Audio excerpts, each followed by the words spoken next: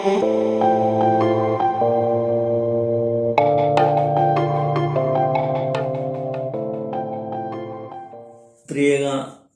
ദൈവത്തിന് മഹത്വം ഉണ്ടായിരിക്കട്ടെ. വീണ്ടും പ്രഭാതത്തിലേക്ക് അവർക്കും സ്വാഗതം. 25-ാം സങ്കീർത്തനം അതിൻ്റെ 21-ാം വാക്യം. നിഷ്കളങ്കതയും നേരും എന്നെ പരിപാലിക്കുമാറാകട്ടെ. പരിശുദ്ധനായ ദാവീദ്, ഇസ്രായേലിൻ്റെ പരിശുദ്ധനായ ദാവീദ് സ്വർഗത്തേക്ക് കൈ ഉയർത്തി ഈ പറയുകയാണ്, നേരും നിഷ്കളങ്കതയുമാണ് എന്നെ ഭരിക്കേണ്ടത്, അതിനുവേണ്ടി എന്നെ സഹായിക്കണമേ, ഞാനെങ്കിൽ പ്രത്യാശ വച്ചിരിക്കുന്നുവല്ലോ. ഈ 25-ാം സങ്കീർത്തനത്തിൽ സ്വർഗത്തേക്ക് നോക്കി കൈ രണ്ടും വിരിച്ചു വെച്ചുകൊണ്ട് ദാവീദ് തൻ്റെ ജീവിതത്തിൽ ഉണ്ടായ അപജയങ്ങൾ അല്ലെങ്കിൽ തെറ്റുകൾ ഏറ്റു പറയുന്നു. അവിടെ കുറേ കാര്യങ്ങൾ ദാവീദ് ദൈവത്തോട് യാചിക്കുകയാണ്. ആദ്യമേ പറയുന്നത് അവൻ്റെ ജീവിതത്തിൽ ഒരു ജീവിക്കുവാൻ ഒരു മാർഗനിർദ്ദേശം, വഴി കാണിച്ചു കൊടുക്കണം, എങ്ങനെ ജീവിക്കണമെന്ന് അവൻ യാചിക്കുകയാണ്. ദൈവമേ, എന്നെ നടത്തി പരിപാലിക്കുക, ഒരു മാർഗനിർദ്ദേശം തന്ന് എൻ്റെ ജീവിതത്തിൽ നല്ലപോലെ നടക്കുവാൻ എന്നെ സഹായിക്കണമെന്ന് പറയുകയാണ്. രണ്ടാമത് അവിടെ പറയുകയാണ്, കരുണയ്ക്ക് വേണ്ടി യാചിക്കുകയാണ്. കരുണയ്ക്ക് വേണ്ടി, ഒരു പാപമോചനത്തിന് വേണ്ടി, ഒരു വിടുതലിന് വേണ്ടി പ്രാർത്ഥിക്കുന്നുണ്ട്, കരുണയ്ക്ക് വേണ്ടി പ്രാർത്ഥിക്കുന്നുണ്ട്. തൻ്റെ തെറ്റുകളിൽ നിന്നൊക്കെ ആ ഒരു പാപമോചനത്തിന് വേണ്ടി പ്രാർത്ഥിക്കുകയാണ്.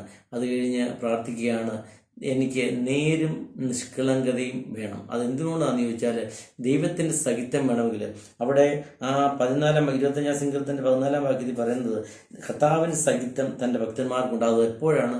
നേരും നിഷ്കളങ്കയോടെ നടക്കുമ്പോഴാണ്. അതുകൊണ്ടാണ് അവിടെ ഈ പരിശുദ്ധനായ ദാവീദ് പ്രാർത്ഥിക്കുകയാണ്, കർത്താവേ, എനിക്ക് നേരും നിഷ്കളങ്കയോടെ നടക്കുവാൻ എന്നെ സഹായിക്കണമെന്ന് പറയുന്നത്.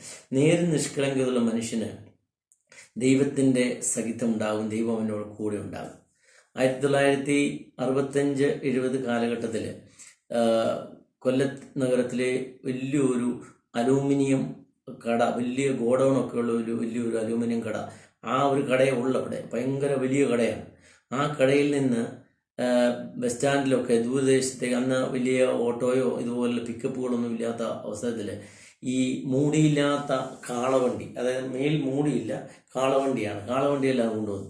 അങ്ങനെ ഒരു കാളവണ്ടിക്കാരൻ ചേട്ടനാണ്, വേലിപ്പിള്ള ചേട്ടൻ എന്നാണ് അദ്ദേഹത്തിൻ്റെ പേര്. അത് ലോപിച്ച് വേളപ്പൻ ചേട്ട എന്ന് അദ്ദേഹത്തെ വിളിക്കുന്നത്. അദ്ദേഹം ആ നാട്ടുകാർക്ക്, കൊല്ലം പട്ടണത്തിലായാലും അദ്ദേഹം താമസിക്കുന്ന ചുറ്റുപാടും എല്ലാവർക്കും ഒരു ഉപകാരിയാണ്. കാരണം രാത്രിയിലൊക്കെ ആരെങ്കിലും ആശുപത്രിയിൽ കൊണ്ടുപോകണമെങ്കിൽ ഈ കാളവണ്ടിയിലാണ് കൊണ്ടുപോകുന്നത്.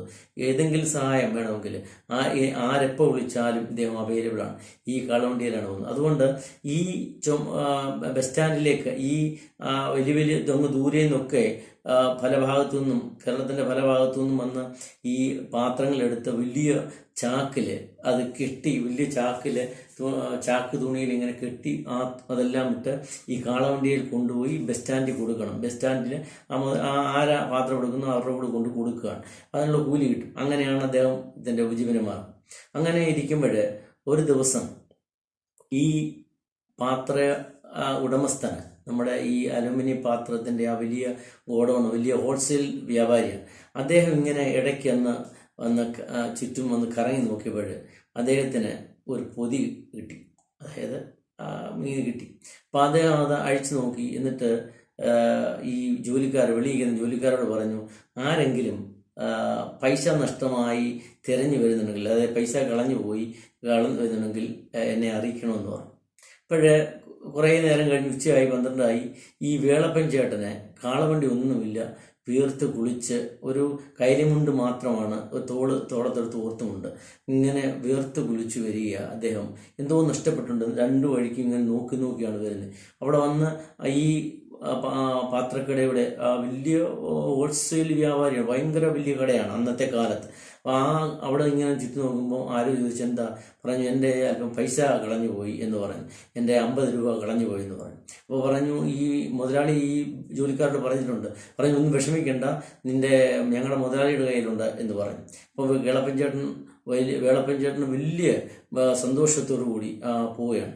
പോയി അവിടെ ചെന്ന് കഴിഞ്ഞപ്പം ഈ മുതലാളിയോട് പറഞ്ഞു, എൻ്റെ പൈസ 50 രൂപ കളഞ്ഞു പോയി. അന്നത്തെ കാലത്ത് 50 രൂപ എന്ന് പറയുന്നത് ഭയങ്കര പൈസയാണ്. എൻ്റെ 50 രൂപ കളഞ്ഞു പോയി. അപ്പം അദ്ദേഹത്തിന് 5 പെൺമക്കളും ഈ വേളപ്പൻ ചേട്ടൻ ഈ മക്കളെ ഒക്കെ ഒന്നിനും കെട്ടിച്ചിട്ടില്ല. അങ്ങനെ കെട്ടിക്കാനായിട്ട് വിവാഹം കഴിച്ചയക്കാനായിട്ട് സ്വരൂപിക്കുന്ന പൈസയാണ്. അപ്പം അദ്ദേഹം പറഞ്ഞു, എൻ്റെ 50 രൂപ കളഞ്ഞു പോയെന്ന് പറഞ്ഞു. അപ്പം അത് സെപ്പറേറ്റ് വെച്ചിരുന്ന പൈസയാണ്. അപ്പം ഈ മുതലാളി പറഞ്ഞു, ശരിയാ, എൻ്റെ 50 രൂപ കിട്ടുന്നുണ്ട്, 5 10-ൻ്റെ നോട്ടാണ്, കൊണ്ടുപോയിക്കോളാൻ പറഞ്ഞു. അപ്പം ഈ വേളപ്പൻ ചേട്ടൻ പറഞ്ഞു, അയ്യോ സാറേ, അതെൻ്റെ പൈസയല്ല. കാരണം എൻ്റെ 5 10-ൻ്റെ നോട്ടല്ല, എൻ്റെ എത്ര ഉണ്ടെന്ന് പോലും, ഏതൊക്കെ ചില്ലറയാണെന്ന് പോലും എനിക്കറിയത്തില്ല.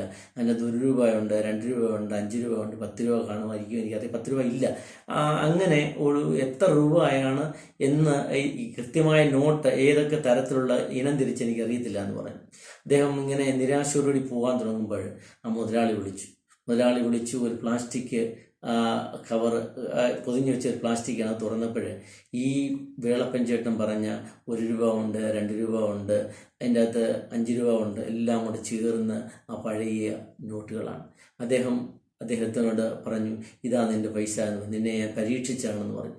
പ്രിയമുള്ളവരെ, ആ വേളപ്പൻ ചേട്ടന് ഒരുപക്ഷെങ്കിൽ അദ്ദേഹത്തിന് ഒന്നുമില്ല, ഒരു 50 രൂപ 5 10 രൂപ നോട്ട് ആരുടെ എൻ്റെ ആണെന്ന് പറഞ്ഞ് ഒരുപക്ഷെ ആദ്യം വാങ്ങിക്കാമായിരുന്നു. പക്ഷെ അദ്ദേഹം പറഞ്ഞ എൻ്റെ അല്ലാത്തൊരു പൈസ, നേരും നെറിയുമുള്ള ഒരു മനുഷ്യൻ, അദ്ദേഹം ആ പൈസ വാങ്ങിച്ചും വളരെ സന്തോഷത്തോടുകൂടി ഈ മുതലാളി പറയാണ്, ഇനി മുതൽ നീ കാളവണ്ടിയെ പോകണ്ട, നാളെ മുതൽ നീ ഇവിടെ ജോലി ചെയ്യണം.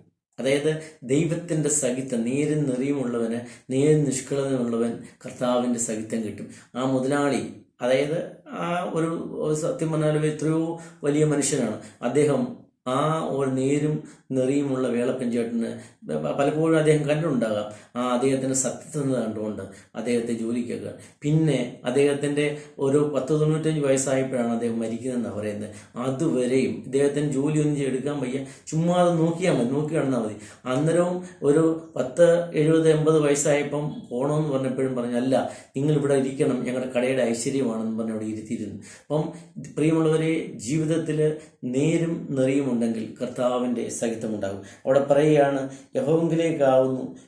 അങ്ങനെ ചെയ്യുമ്പോൾ എൻ്റെ കണ്ണെപ്പോഴും ദൈവത്തിങ്കിലേക്കിരിക്കുമ്പോൾ, നേരും നെറിയുമായി നടക്കുമ്പോൾ എൻ്റെ കാലുകളെ വലയിൽ നിന്ന് വിടുവിക്കും. ഏത് പ്രയാസത്തിൽ നിന്ന് ദൈവം വിളിക്കും. നേരും നെറിയുമുള്ളവനായി നടക്കുമ്പോൾ ഇതുപോലെ കഷ്ടപ്പാടും പ്രയാസവും, ചില പൈസ നഷ്ടപ്പെടുന്ന അവസ്ഥ ഉണ്ടായിരിക്കാം, വിയർപ്പിൻ്റെ അനുഭവം ഉണ്ടായിരിക്കാം, പരീക്ഷണത്തിൻ്റെ അനുഭവം ഉണ്ടായിരിക്കാം. എന്നാലും നേരും നിഷ്കളങ്കയുമായി നടക്കുമ്പോൾ ദൈവം അവിടെ പ്രവർത്തിക്കും. ദൈവം നമ്മുടെ സഹിതമാകും.